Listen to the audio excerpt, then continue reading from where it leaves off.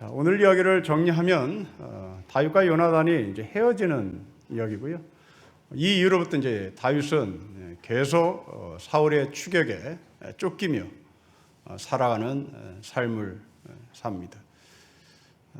여기에서 식탁의 자리에서 일어난 사건, 왜 다윗이 없느냐? 그리고 요나단과 사울이 서로 다윗이 없는 문제를 가지고 서로 싸웁니다.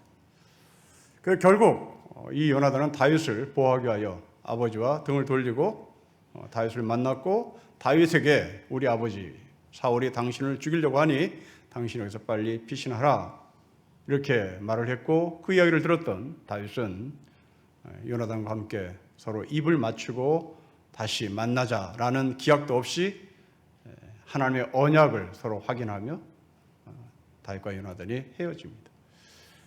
우리는 오늘 본문 마지막 41절 말씀에 세 번 절한 후에 서로 입 맞추고 서로 울되 다윗이 더욱더 심했다라고 하는 이 본문을 가지고 바라보는 시각이 좀 요상스럽게 바라보는데요. 적어도 여러분들은 주일학교 출신이라면 다윗과 요나단을 친구 관계로 보는 사람이 있을지 모르겠습니다.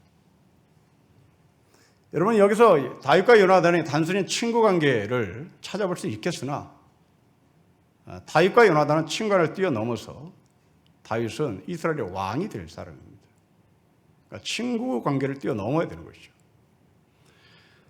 또한 그 친구도 그냥 친구가 아니라 이 41절 말씀에 근거로 해서 동성애를 하는 친구다, 동성애 관계다, 그렇게 해석을 합니다. 여러분, 이 두 가지는 전혀 틀린 해석입니다. 다윗과 요나단은 친구 관계를 뛰어넘어서 다윗은 이스라엘의 왕이 될 사람입니다.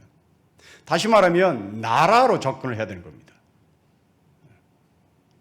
이 나라를 뛰어넘어서 우리가 성경의 용어로 표현하자면 하나님 나라의 차원에서 이 다윗과 요나단은 해석을 해야만 되는 겁니다. 두 번째로, 동성애의 관점은 더더군다나 아니죠. 여러분, 동성애자였다는 것을 주장하고 싶은 이유가 뭔지는 저는 잘 모르겠습니다. 단순히 남자인 다윗과 남자인 요나단이 서로 입을 맞췄다는 것 가지고 동성애자다라고 명하는 것은 정말 무식한 것인지 아니면 무슨 억하심적인 있는 것인지. 여러분, 성경에 남자끼리 입을 맞췄다는 것이 여기만 있지 않습니다. 여러분, 예수님도 했는데요, 뭘. 여러분, 예수님도 했습니다. 아니, 예수님이 한 게 아니라 예수님이 당했죠. 누구한테요? 가룟 유다한테 당했습니다. 유대 병정이 예수님을 잡으러 올 때 가룟 유다는 유대 병정과 암호를 맞춘 게 있습니다. 그 암호는 가룟 유다가 예수와 입을 맞추면 그게 예수인 줄 알아라. 그리고 가룟 유다는 예수님과 입을 맞췄죠. 그럼 가룟 유다가 동성애자라는 말인가? 가룟 유다가 동성애 성향을 가진 사람이란 말인가? 그리고 예수님은 그런 가룟 유다에게 성추행을 당한 것인가? 다윗과 요나단을 동성애자라고 주장하는 사람들은 가룟 유다에 대한 이야기는 또 안 해요.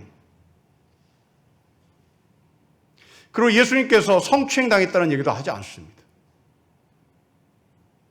그것만이 아닙니다. 여러분, 바울은 어떻습니까?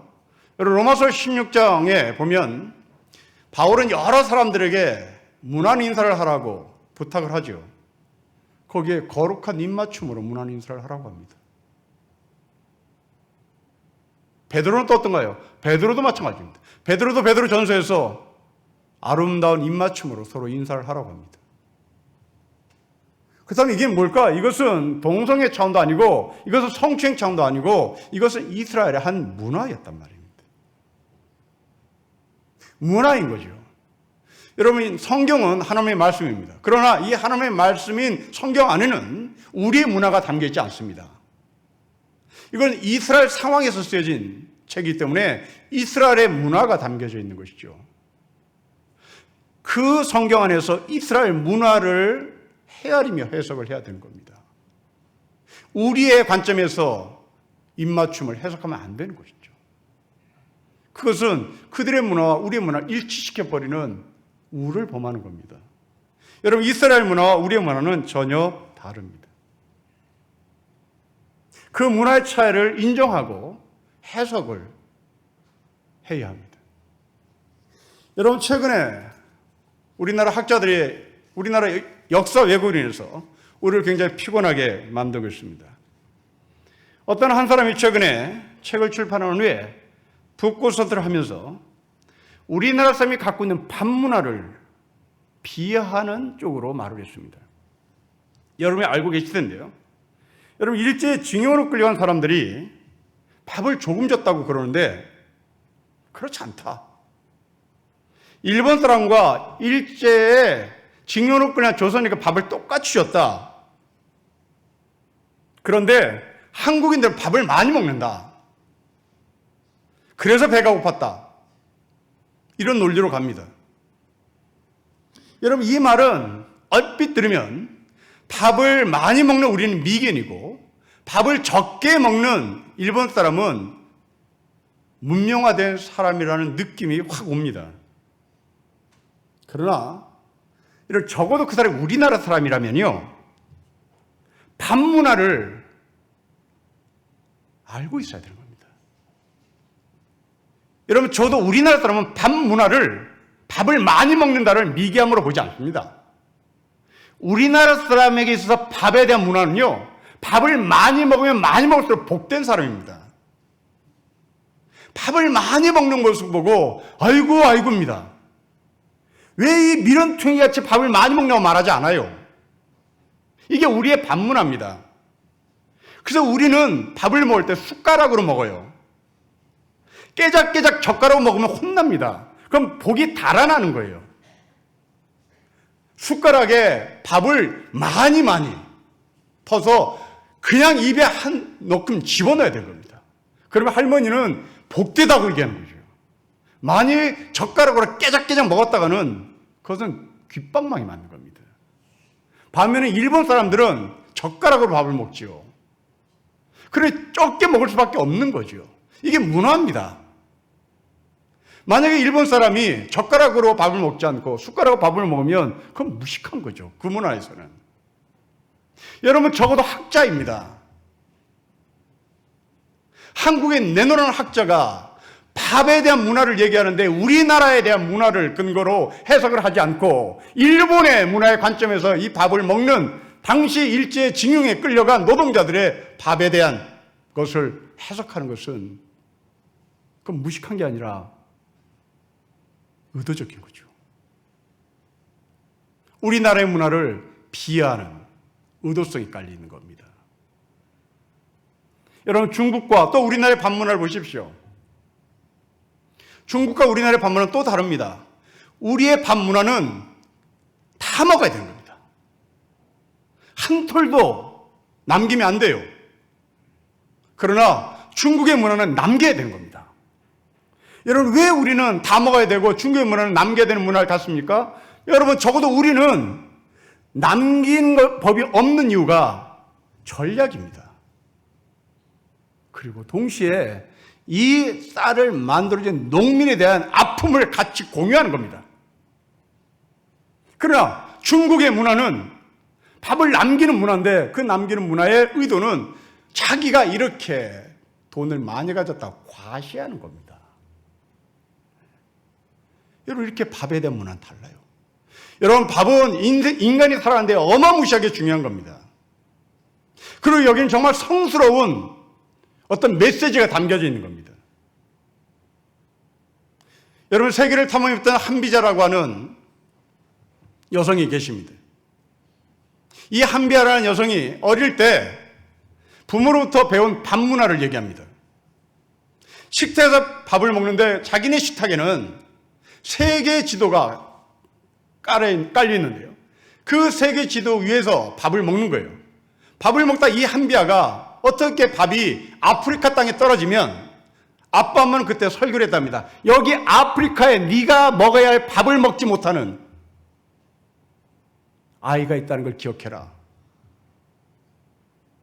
그 밥알이 저 남미에 떨어지면 이 남미에 너가 먹어야 할 밥을 먹지 못하는 사람이 있다는 걸 기억해라 하고, 이 어머니 아버지는 한비아에게 어릴 때부터 그 밥을 먹지 못하는 사람들에 대한 그림을 그리면서 큰 거예요. 여러분, 이게 문화입니다. 때문에 여러분들이 요나단과 다윗을 동성애자라고 칭하는 사람들에 대해서 그들의 문화적 관점에서 접근하지 못한 것이고, 자기의 입장에서 해석을 한 틀린 거죠. 여러분, 성경은 자기의 관점에서 해석하는 게 아닙니다. 성경은 하나님의 관점에서 해석하는 겁니다. 그 하나님의 관점을 잘 모르겠습니다. 그렇다면 더 쉽게 말씀을 드리겠습니다. 이럴 때 예수님이라면 어떻게 할까? 이것이 하나님의 입장에서 해석입니다. 이럴 때 예수님이라면 어떻게 할까? 이게 하나님을 향한 마음이고, 그 마음을 두고 성경을 해석하는 겁니다. 요나단과 다윗은 동성애자이기 때문에 서로 입을 맞춘 것이 아니라 당시 고대 근동지방의 한 문화였습니다. 그리고 그 문화 속에 하나님 나라에 대한 메시지가 숨겨져 있는 것입니다. 자, 그러면 오늘 본문이 하고자 하는 메시지가 무엇인지를 봅시다. 여러분, 크게 오늘 본문은 두 부분으로 나눌 수 있는데, 하나는 사울과 요나단의 대화이고요, 그리고 또 하나는 다윗과 요나단의 대화이고, 사울과 요나단의 대화에서 요나단이 사울의 등을 돌리고, 그리고 다윗과 요나단의 대화에서 다윗과 요나단이 이제 헤어집니다.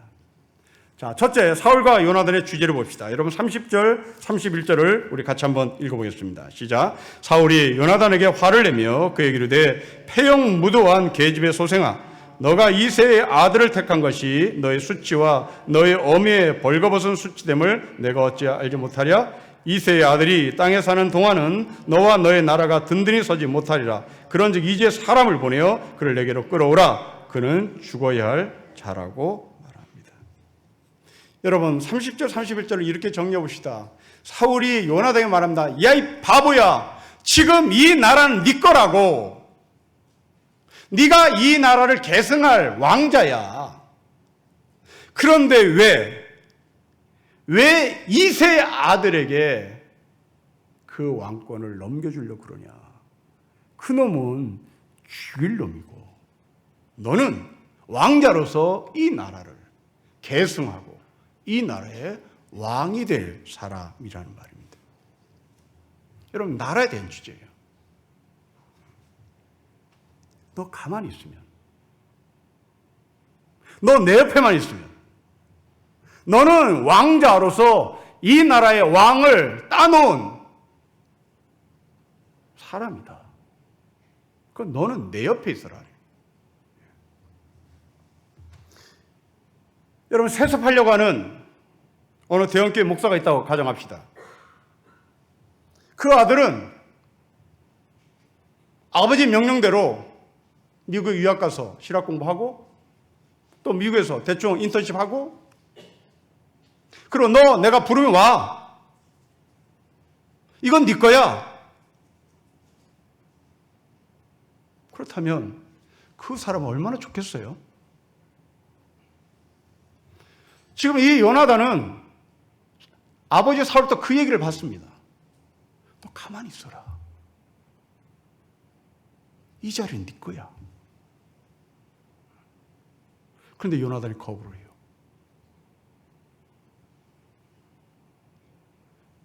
그럼 대형교회 목사 세습을 위해서 모든 준비를 다 갖춘 아버지가 아들에게 너 미국 가서 공부하고 있어라. 미국에 아주 좋은 곳에서 인턴십을 해라. 때가 되면 부르마. 이건 네 거야. 그런데 그 아들이 자기 친구에게 그 자리를 물려주고 아버지를 배신한다면,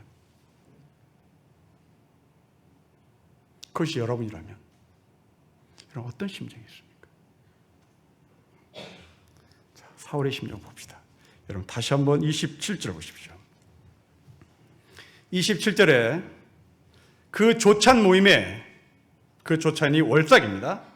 24절에 월삭 초하로 조찬 모임에 사울이 보니 다윗이 참석하지 않자 27절에 다윗 어디 갔냐고 묻잖아요. 이새의 아들 어디 갔냐. 30절 보십시오. 다윗라고 말하잖아요. 이새의 아들을 네가 왜 택했냐. 31절 이새의 아들이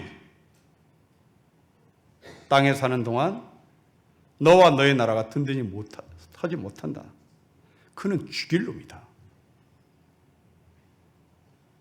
여러분 지금 사울의 심정은 요나단이 다윗과 함께 친구가 되고 요나단이 다윗에게 왕권을 넘기려고 하는 것을 보고 이새의 아들 세 번씩 반복하며 이놈은 죽을 놈이라고 막말을 합니다. 여러분 왜 요나단은 다윗을 보호하고 있는 것일까? 왜 요나단은 부모를 공경하라고 하는 십계명의 율법을 어기면서까지 다윗을 보호하는 것일까요? 여러분 지금 요나단은 아버지를 공경하지 않습니다. 내 부모를 공경하라고 하는 십계명을 지금 부정해요. 여러분 우리는 그것을 어떻게 봐야 하는 겁니다.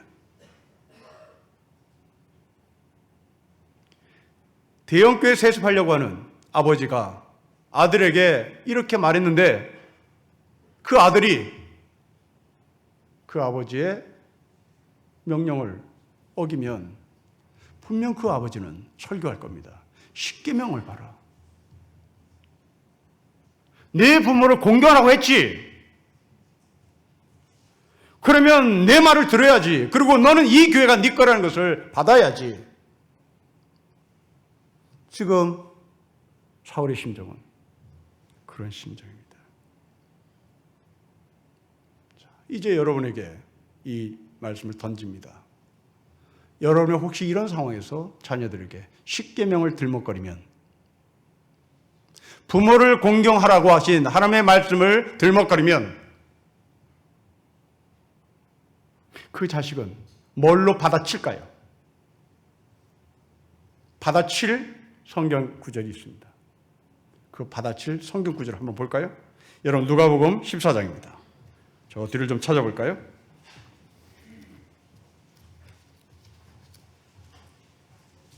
누가복음 14장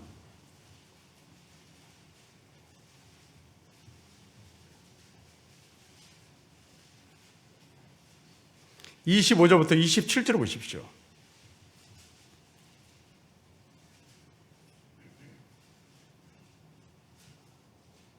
우리 25절부터 27절까지 한번 읽어볼까요? 시작. 수많은 무리가 함께 갈새 예수께서 돌이키사 이르시되 물은 내게 오는 자가 자기 부모와 처자와 형제와 자매와 더욱이 자기 목숨까지 미워하지 아니하면 능히 내 제자가 되지 못하고 누구든지 자기 십자를 지고 나를 따르지 않는 자도 능히 내 제자가 되지 못하리라. 여러분 예수님은 26절에 십계명을 거부해야 된대요. 부모를 거부해야 예수의 제자가 된대요. 여러분 이게 무슨 말입니까? 그리고 이어서 예수님이 하신 말입니다. 27절에 십자가를 짊어지고 나를 따르지 않으면입니다. 여러분 예수님이 가정 파괴범입니까? 그러면 정명석도 합리화되는 겁니까? 신천지도 합리화되는 겁니까? 가정을 파괴시키는 사이비 이단 집단들도 다 동의가 되는 것입니까?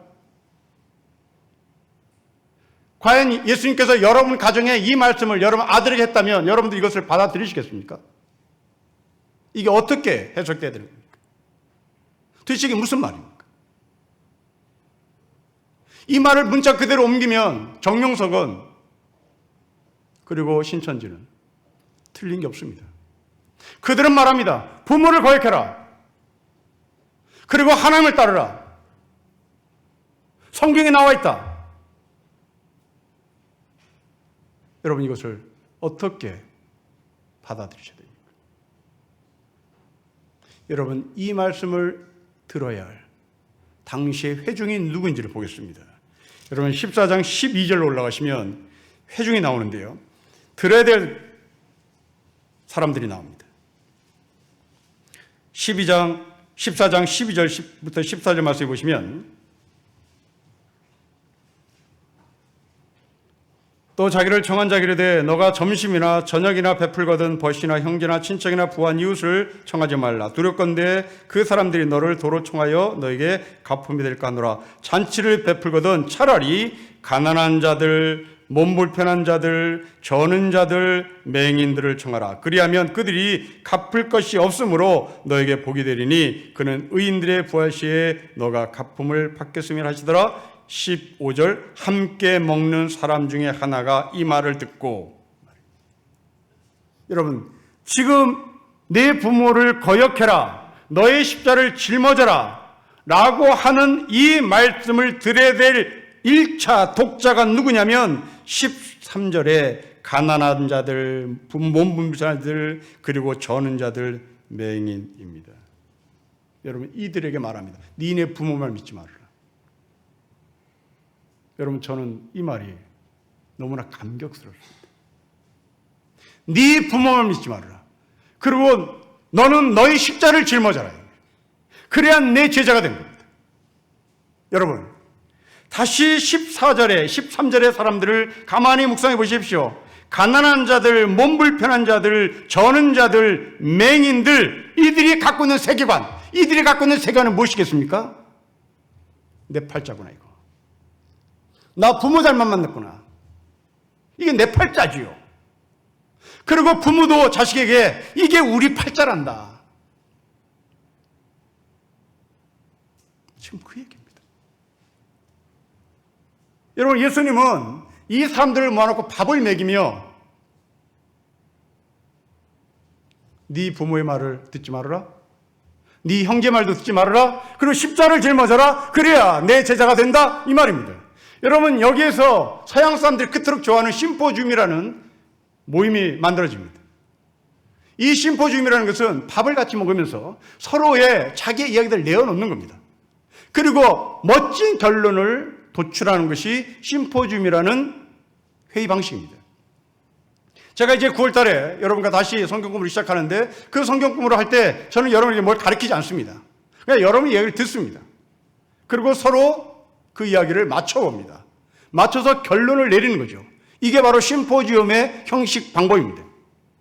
지금 예수님은 그 심포지움을 지금 열고 있는데, 그 가난한 자들, 저는 자들, 맹인 자들을 다 불러다가 밥을 먹이면서, 야, 네가 지금 맹인된 이유가 뭐라고 생각해? 당신 저는 이유가 뭐라고 생각해? 당신 가난한 이유가 뭐라고 생각해? 그랬더니 이 사람들이 이것도 하는 말입니다. 우리 아버지가 그러는데요, 우리 팔자가 그렇대요. 나도 그래 보니 팔자인 것 같아요. 그래 어쩌겠어요? 그냥 이렇게 사야 되는 거죠. 그래서 예수님이 하신 말씀입니다. 네 부모 말 믿지 말아라. 그리고 네 십자가를 네가 짊어져야 되는 겁니다. 여러분, 여기서 십자가 무엇입니까? 여러분, 우리 한국 사람들이 생각하는 십자가 무엇입니까? 우리가 한국 사람들이 생각하는 십자가는 팔자입니다. 이게 내 팔자예요. 여러분, 성경 이런 말 한 적이 없어요. 성경은 십자가 팔자는 말을 한 적이 없습니다. 근데 우리는 운명사관을 갖고 있는 민족이라 이 십자가와 팔자를 같이 연결시켜버려요. 그래서 이게 내 팔자군이 어떻게 있어? 이게 내 십자가지. 여러분, 십자가는 무엇입니까? 십자가는 죽음을 저항하는 겁니다. 십자가는 죽음과 싸우는 거예요. 십자가는 영원한 죽음을 파하는 겁니다. 그러면 너희 십자를 짊어져라가 무엇입니까? 네 팔자 소관을 저항하라는 겁니다. 네 운명 소관을 저항하는 거예요. 이게 너희 십자를 짊어지는 겁니다. 네 아버지가 너에 대해서 너 팔자가 그렇잖아, 그렇게 말할 때 저항을 해라. 그것이 네 십자가다. 내가 이렇게 태어난 이유는 어쩔 수 없잖아 라고 생각할 때 그것을 저항해라. 이것이 너가 짊어져야 할 십자가인 겁니다. 여러분, 적어도 요나단은 왕자로서 왕이 되려고 하는 운명사관을 거부합니다. 물론 여러분 여기에서 이 좋은 자리를 그냥 내둘까? 여기에 관심 갖지 마십시오. 이 좋은 자리를 어떻게 거부할 수 있을까? 거기에 관심 갖지 말고 내가 왕자로서 이 왕의 자리를 거부했다는 데 초점을 맞춰야 되는 겁니다. 제 아무리 좋아도 이것은 내 십자가 아닌 거예요. 내 십자가는 이것을 뚫고 다른 데를 가는 겁니다. 여러분 결국 사울이 요나단에게 전수시켜주는 왕의 자리요 그리고 그 나라라고 하는 것은 인간이 만든 나라이고 인간이 만든 왕의 자리일 수밖에 없는 거예요. 거기서 끝인 거예요. 요나단은 이것을 뛰어넘었습니다. 요나단은 다윗이 기필코 하나님의 나라를 발전시켜 나갈 것이라는 것을 알았던 겁니다. 그래서 자기의 왕자의 자리, 자기에게 주어질 왕의 자리, 자기에게 얻어질 나라를 나는 받지 못하겠어요. 나는 하나님 나라를 만들어낼 실력도 없어. 나는 만들어봐야 겨우 냄새나는 나라의 왕으로만 끝날 거야. 그래서 나는 못해. 여러분 세습하려고 하는 대형교회 목사 아들이 아버지에게 아버지 제가 세습을 하겠습니다마는 제가 세습해봐야 그렇고 그런 교회일 수밖에 없어요. 여기에는 거룩한 하나님의 영이 없어요. 그래서 나는 못해요. 이게 자기 십자가를 짊어지는 겁니다.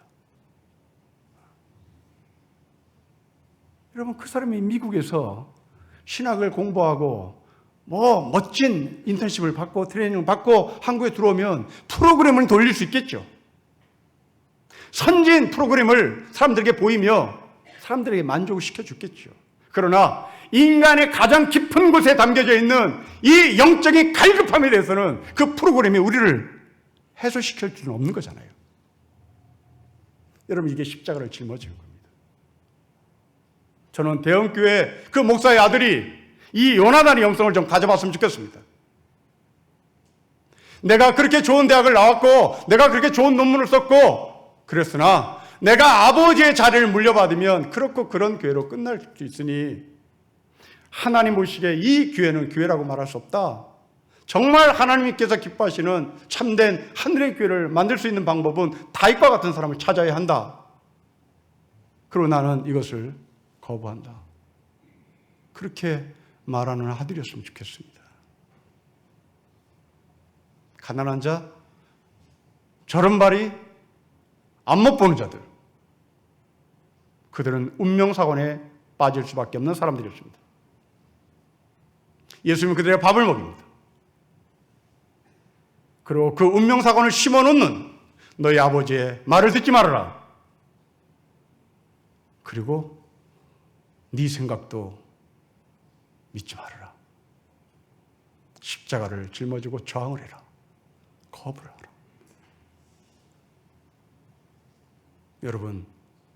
여러분들이 예수 그리스도를 믿고 있음에도 불구하고 이것이 내 팔자라고 생각하신 영역은 무엇입니까? 내 남편이 고주망태가 된 것을 내 팔자로 생각하십니까? 아니면 십자를 짊어지고 그것을 저항하시겠습니까? 우리나라가 이 모양 이 꼴이 된 것을 운명사건으로 넘기시겠습니까? 아니면 십자를 짊어지고 하나님 나라를 대망하시겠습니까? 요나단은 적어도 하나님 나라를 대망하기 위하여 자기의 왕자 자리를 거부합니다. 그리고 그 나라를 세습하는 것을 거부합니다. 여러분, 우리가 알고 있는 맹자라는 사람이 있습니다. 이 맹자라는 사람이 사람들에게 어떤 사람을 따라갈까요? 라고 하는 질문에 맹자는 네 사람을 들먹거립니다. 이 네 사람 중에 반드시 배워야 될 사람이 있고 반드시 배우지 말아야 될 사람이 있다라고 전제를 하고 네 명을 소개합니다. 백이라는 사람, 이윤이라는 사람, 유하해라는 사람, 그리고 우리가 알고 있는 공자 네 명을 들먹거립니다. 이 네 명 중에 반드시 배우지 말아야 될 사람, 백이, 유하해. 유하해는 우리 잘 모르겠습니다. 백이라는 사람은 우리 중고등 중등학교 시절에 국어 시간에 배운 백이 숙제, 바로 그 친한 형제들, 그들을 절대 배우면 안 된다고 합니다. 여러분, 우리는 이상합니다. 우리는 역사 시간에, 그 국어 시간에 백이 숙제에 대한 이 형제를 너무나 아름답게 배워서 우리는 그 사람의 삶을 배우고 싶다는 생각을 하는데, 정작 맹자는 그 백이를 닮아서는 안 된다고 얘기합니다. 왜? 라는 질문에 맹자가 말합니다. 걔 너무 착해. 너무 착해. 여러분, 여기서 우리는 질문해 보겠습니다. 예수님은 착한 분일까요? 예수님은 착한 분이십니까? 예수님은 착하지 않습니다. 예수님은 착한 분이 아니에요. 예수님은 때로는 깽판도 칩니다. 예수님이 만약 착했다면 성경에서 어떻게 성경의 장사치들을 뒤집어요? 여러분, 예수님 대단히 강단이 있습니다. 예수님 우리가 생각하는 그 착함이 없어요. 맹자는 이 백인은 너무너무 착하기 때문에 배우면 안 된다고 얘기합니다. 그럼 누구를 배울까요? 그러자 맹자는 공자를 배워야 한다고 합니다. 대체 공자가 어떤 성격을 가졌길래? 공자는 이랬답니다.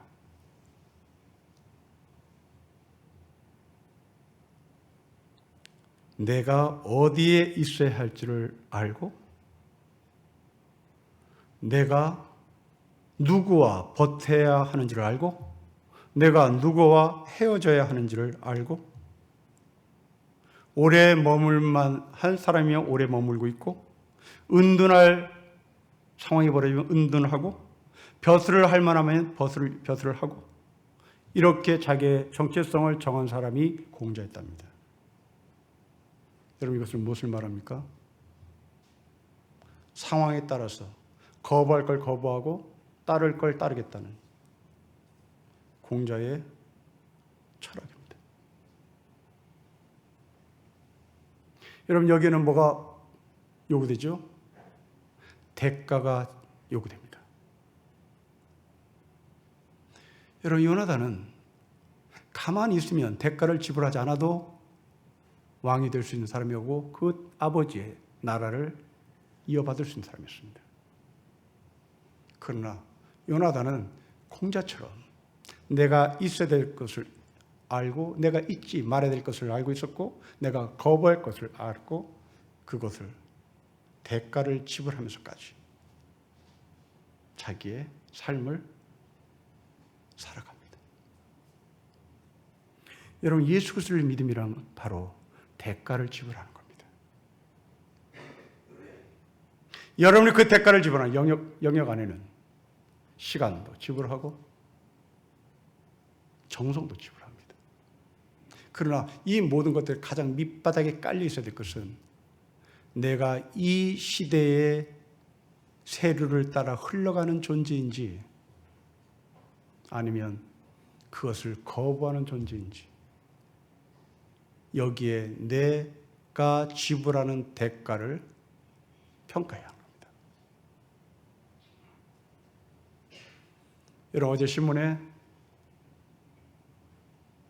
초등학교 6학년, 중학교 1, 2학년, 고등학교 1, 2학년까지도 포함됩니다.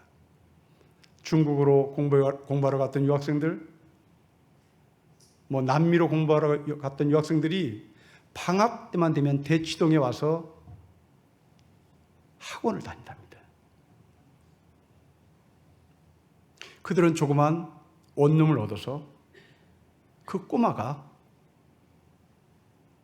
컵라면을 먹고 냉장고에 있는 물 마시고 쪽방에서 잠을 자고 눈 뜨자마자 학원 가서 공부하고 또 와서 자고 하는 그 이유는, 이제는 외국 유학 졸업장을 가지고는 이 나라에서 버틸 수가 없으니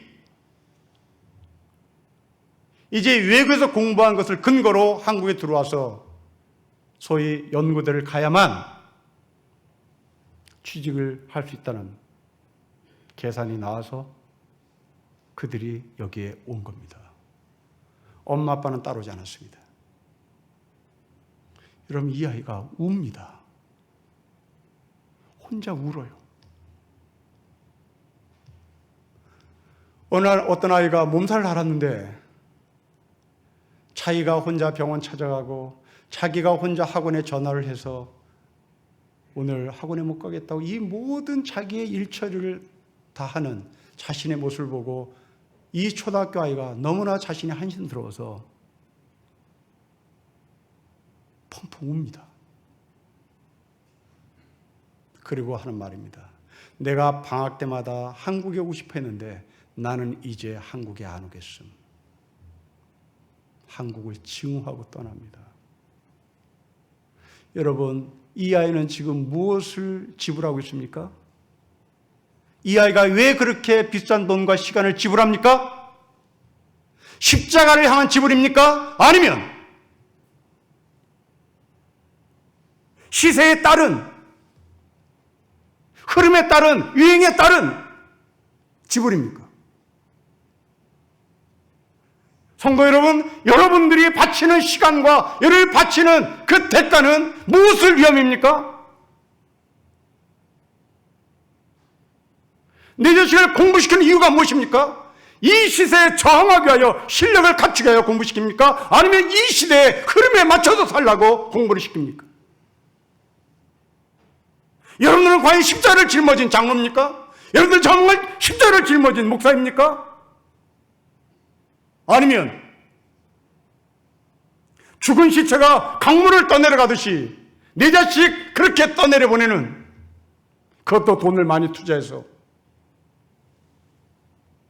죽이는 생명으로 강물을 떠내려가고 있습니까?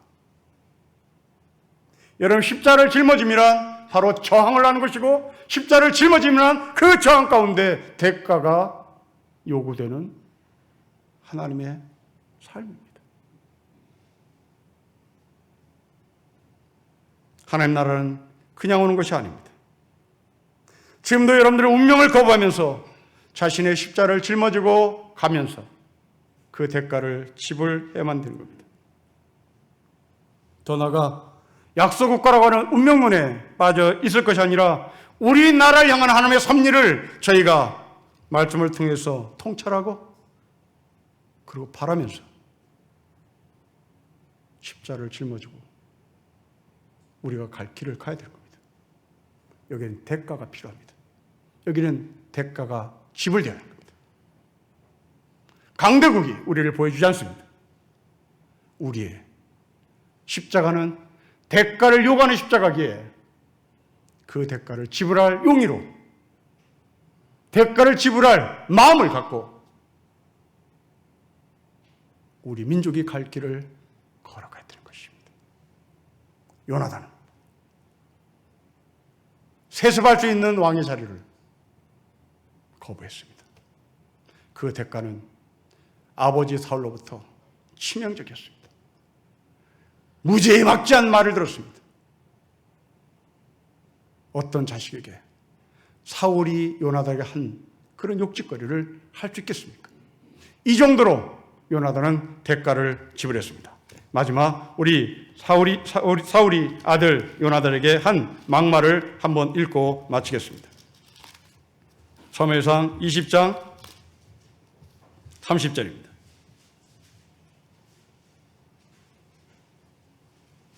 과연 여러분 자녀들이 이런 말을 할 수 있는지를 한번 느껴보며 같이 읽겠습니다. 20장 30절 31절 우리 같이 읽겠습니다. 시작. 사울이 요나단에게 화를 내며 그에게 이르되 패영무동한 계집의 소생아, 너가 이새의 아들을 택한 것이 너의 수치와 너의 어미의 벌거벗은 수치됨을 내가 어찌 알지 못하랴. 이새의 아들이 땅에 사는 동안은 너와 너의 나라가 든든히 서지 못하리라. 그런즉 이제 사람을 보내어 그를 내게로 끌어오라. 그는 죽어야 할 자니라. 대가를 지불한 요나단, 그러나 그 대가를 지불한 요나단의 결론입니다. 여러분 42절 말씀을 보십시오. 요나단이 다윗에게 말하다 평안히 가자. 우리 두 사람이 여호와 이름으로 맹세하여 이르기를 여호와께서 영원히 나와 너희 사이에 계시고 내 자손과 너희 자손 사이에 계신다. 아버지를 거역했던 그 이상의 하늘의 복을 요나단과 다윗은 소유하고 있었습니다. 여러분, 여러분들이 받고 싶은 복은 무엇입니까? 사울이 주는 복입니까? 아니면 십자를 짊어진 요나단에게 허락한 다윗과 요나단의 영원한 언약입니까? 그 언약에는 하나님이 함께 계시는 언약이라고 고백합니다. 여러분의 삶 가운데 이 하나님이 계시는 하늘의 언약의 십자가가 우리 어깨에 짊어지기를 주의 이름으로 축복합니다. 기도하겠습니다. 하나님 아버지, 아들을 향하여 막말하는 사울의 심정이 무엇인지, 바로 그것은 대물림이고, 바로 그것은 왕을 세습하는 것이고, 바로 그것은 나라를 자기 아들에게 넘겨주기 위한 욕심이었다는 것을 저희가 알았습니다. 하나님 아버지, 이것을 거부했던 요나단의 신앙이 우리 가운데도 있기를 원하고, 우리가 갖고 있는 운명론, 우리가 갖고 있는 숙명론, 우리가 갖고 있는 팔자, 이것들이 십자가를 말미암아 파하고 아버지 하나님 앞에 좀 더 가까이 가는 하늘의 백성이 되게 하옵소서. 대가가 요구됩니다. 지불할 용의도 있습니다. 하나님 아버지, 우리에게 용기를 주십시오.